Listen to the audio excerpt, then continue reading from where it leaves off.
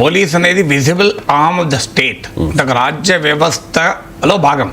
Police అధికారులే కాదు, ఏ అధికారులైనా రాజ్యాంగానికి లోబడి పనిచేయాలి, రాజకీయ వ్యవస్థకు లోబడి పనిచేయకూడదు. ఇది బేసిక్ ప్రిన్సిపల్. ప్రతి వ్యవస్థలోనూ బ్లాక్ షీప్ ఉంటారు, ప్రతి వ్యవస్థలోనూ తప్పులు చేసే వాళ్ళు ఉంటారు. పోలీస్ వ్యవస్థ అందుకు అతీతమేం కాదు. అలా చేసినప్పుడల్లా, చేశారని భావించినప్పుడల్లా, చేశారో లేదో సంబంధం లేదు, చేసినప్పుడు భావించినప్పుడల్లా ప్రతిపక్షాలు ఇలాగే అంటాయి. నిన్నకాక మొన్న తెలంగాణలో కేటీఆర్ అనలేదా, మళ్ళీ మేము అధికారంలోకి రాబోతున్నాం, నేను కేసీఆర్ అంత మంచోని కాదు, అన్నీ రాసుకుంటాను అని, నా దగ్గర కూడా రెడ్ బుక్ ఉంటుంది అన్నట్టు మాట్లాడాడు.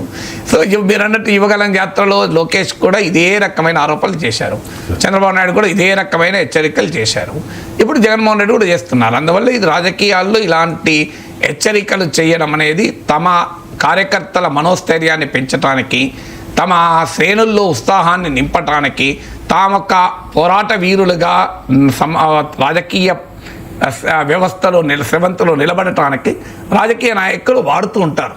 కానీ దానికి ఎక్కడో ఒక చోట ఒక లిమిటేషన్ అయితే ఉండాలి. ఇప్పుడు బట్టలు కూడా తీయడము, యూనిఫామ్ తీయడము, యూనిఫామ్ అనేది జగన్మోహన్ రెడ్డి ఇచ్చింది కాదు, చంద్రబాబు నాయుడు ఇచ్చింది కాదు.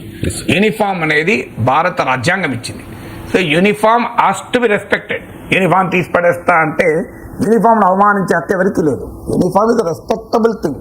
ఒక పోలీస్ యూనిఫామ్ అనేది అన్ఫార్చునేట్లీ మన సినిమాలలో పోలీసులందరినీ దారుణంగా చూపెట్టి, చాలా సందర్భాల్లో నేరంలో భాగంగా చూపెట్టడము, ఈ సినిమాల ప్రభావం జగన్ పైన పడ్డారు. పుష్ప అనుకుంటా కదా, పుష్ప 2లో పోలీస్ అధికారిని నడిపిస్తాం.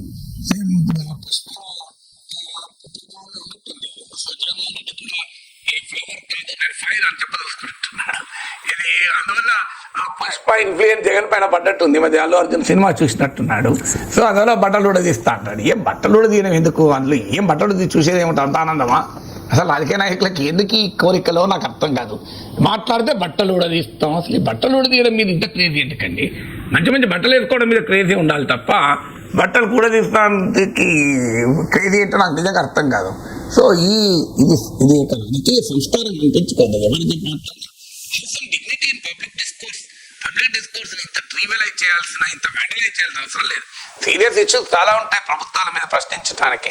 సో అందువల్ల మీరు చట్టం ముందు నిలబెడతాం వారిని, మీరు చట్టాలకు అతీతంగా పనిచేస్తే చట్టరీత్యా మీకు శిక్షలు పడతాయి అనొచ్చు. కానీ యూనిఫామ్లు కూడా తీస్తాం, షూలు కూడా తీస్తాం, టోపీలు తీస్తాం, ఈ పని ఎందుకే? మీ పని మీరు చేసుకోండి, వాళ్ళ పని వాళ్ళు చేసుకుంటారు కదా.